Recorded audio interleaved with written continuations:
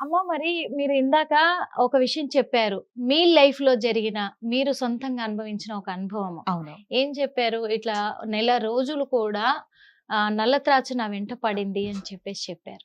అప్పుడు ఒక పాములతన్ని కూడా పిలిపించాను, పట్టించానని కూడా చెప్పారు.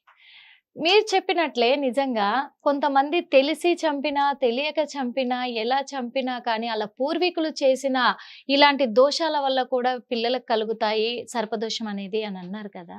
మరి ఈ పాముల వాళ్ళొచ్చి పడుతూ ఉంటారు. పాములను పట్టి తీసుకెళ్ళి వాళ్ళు చంపుతారా? లేకపోతే పడేస్తారా? ఎక్కడైనా వదిలేస్తారా? అనేది సెకండరీ అయినప్పటికి కూడా వీళ్ళు పడతారు. ధైర్యంతో పామును పట్టుకుంటారు. ఈ పాములు పట్టేవాళ్ళు, ఈ పాములను ఆడించేవాళ్ళు ఒక బొమ్మను చేసి ఆడిస్తూ ఉంటారు.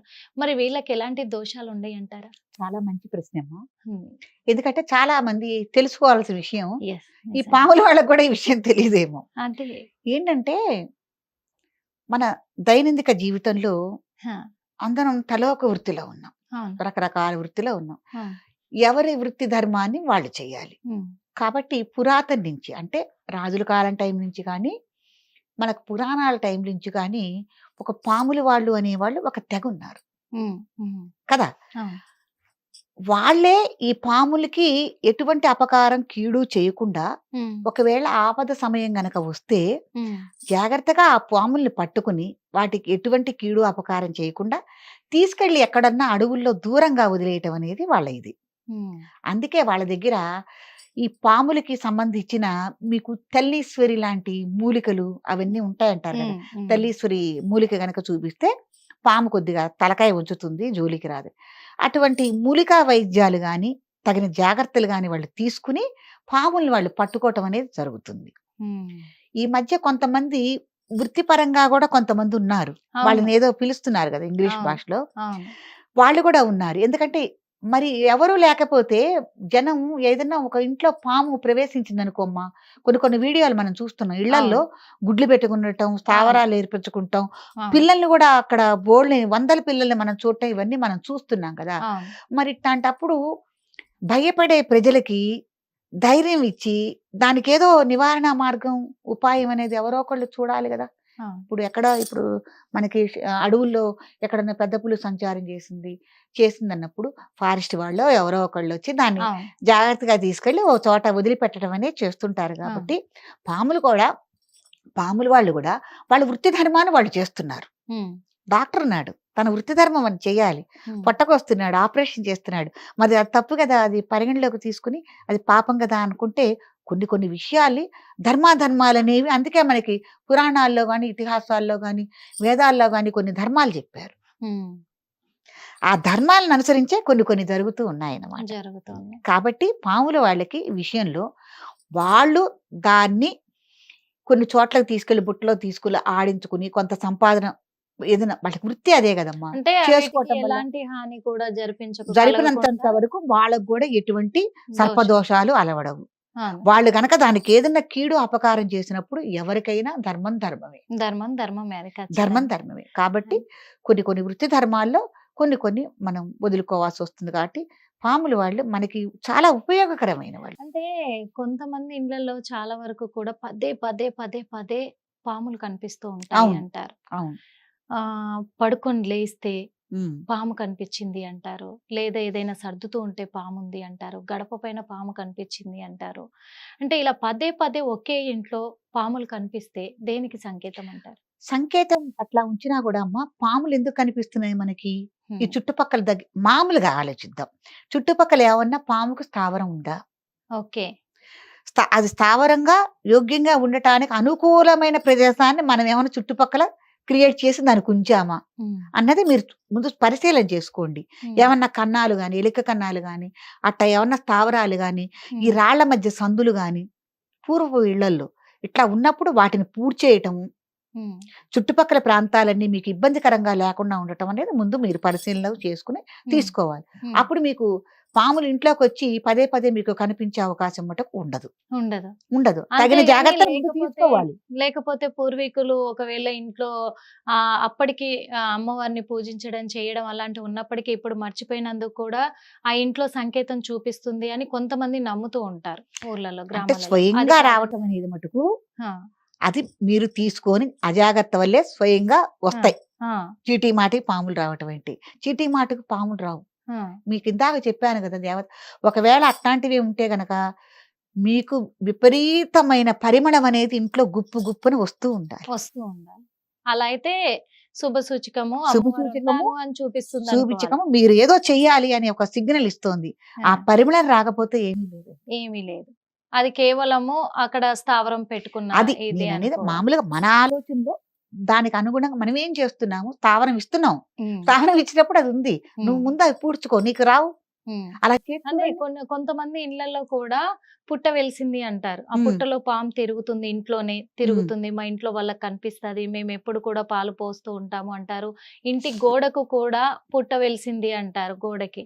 అంటే అది సాధ్యమే అంటారా? నిజంగా ఆ ఇంట్లో స్థావరం ఉంటుందంటారా? అమ్మవారు అంటే అది దేవతగా తీసుకోవాలా? లేకపోతే అక్కడ వెలిసే ఆ పుట్టలో ఉండే పామును లేకపోతే నార్మల్‌గా వచ్చి అక్కడ ఏమన్నా అట్లా స్థావరం ఏర్పాటు చేసుకుందనుకోవచ్చా?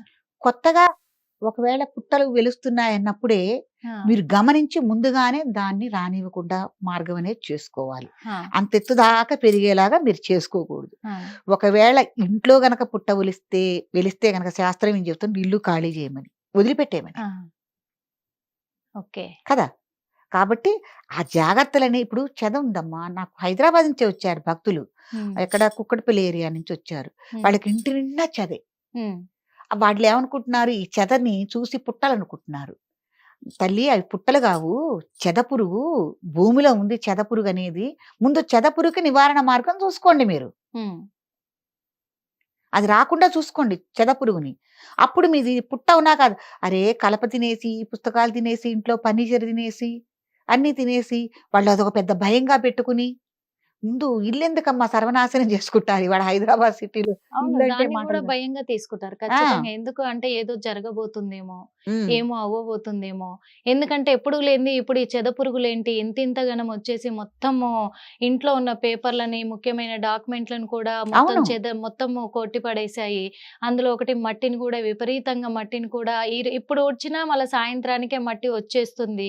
అది ఒక పుట్ట మాదిరిగా పెట్టేస్తున్నాయి. అవును. ఇది ఏంటి అసలు? ఏం పుట్టలు వేరండి. జరగబోతుంది? పుట్టలు వేరు. ఆ! ఏం చెదపురుగు వేరు. జరగబోతుంది? చెదపురుగు అసలు వేరు. సంబంధం లేదు. హ్మ్. మీకు ఇంకొక విషయం మీకు నేను చెప్పాలి.